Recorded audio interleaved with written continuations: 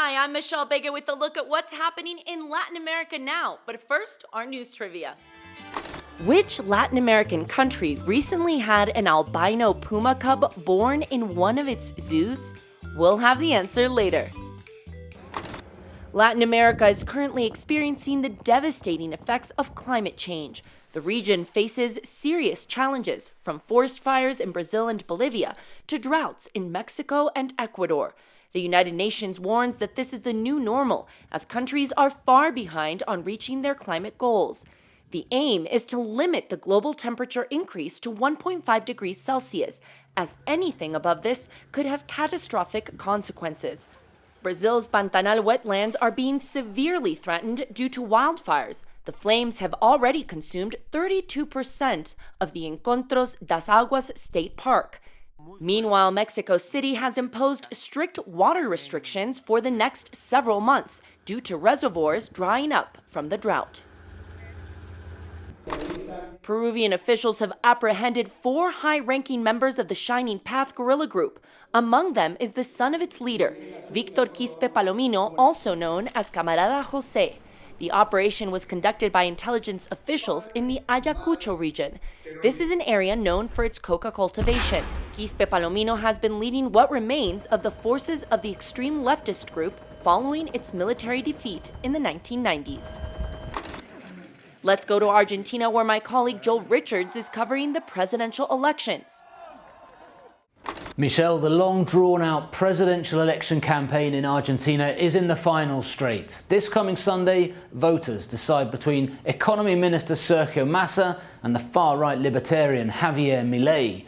Last Sunday, the two candidates traded blows in the final debate. The widely held view is that Massa was the strongest candidate, dominating and controlling proceedings. He drew Milei into confirming the idea to dollarize the economy and abolish the central bank.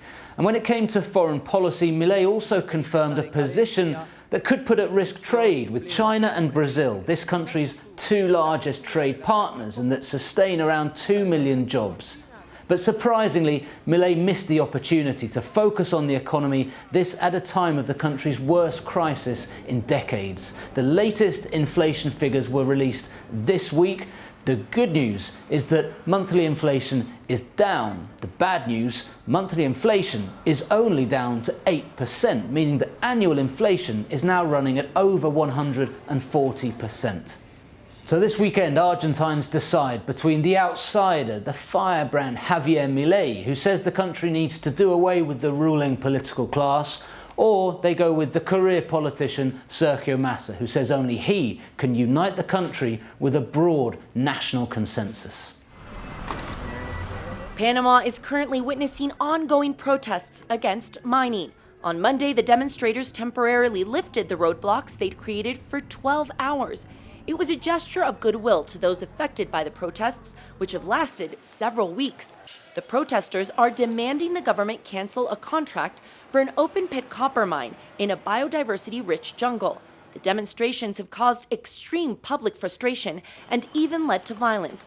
In one incident, an elderly citizen killed 2 teachers with a gun in an attempt to force them to move past the roadblocks.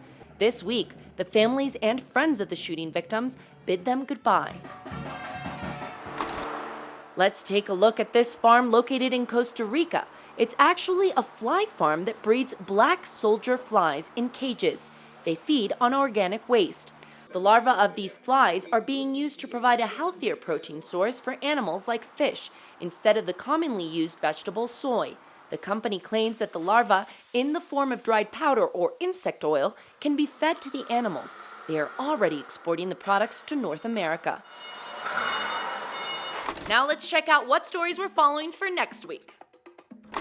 We'll follow El Salvador's new tax measure that some people believe is aimed at reducing migration. Citizens from 57 countries, mostly Africa and India, must pay a fee of $1,130 to enter the country. The Aviation Authority of El Salvador claims that it's a tariff for airport improvements. However, this fee comes as North America is urging Central American countries to limit migration to the U.S.-Mexico border. The aviation authority also mentioned that most passengers who must pay the fee travel to Nicaragua on the commercial airline Avianca. And now the answer to our news trivia. The answer is A. The Thomas Belt Zoo in the Nicaraguan city of Huigalpa opened its doors to showcase a rare 4-month-old albino puma cub. Her name is Itse, and she was born in August. Itse has become a sensation on social media. Only 3 other albino pumas are registered worldwide, making her a truly rare find. And that's it for this week. We'll see you again soon on Latin America Now.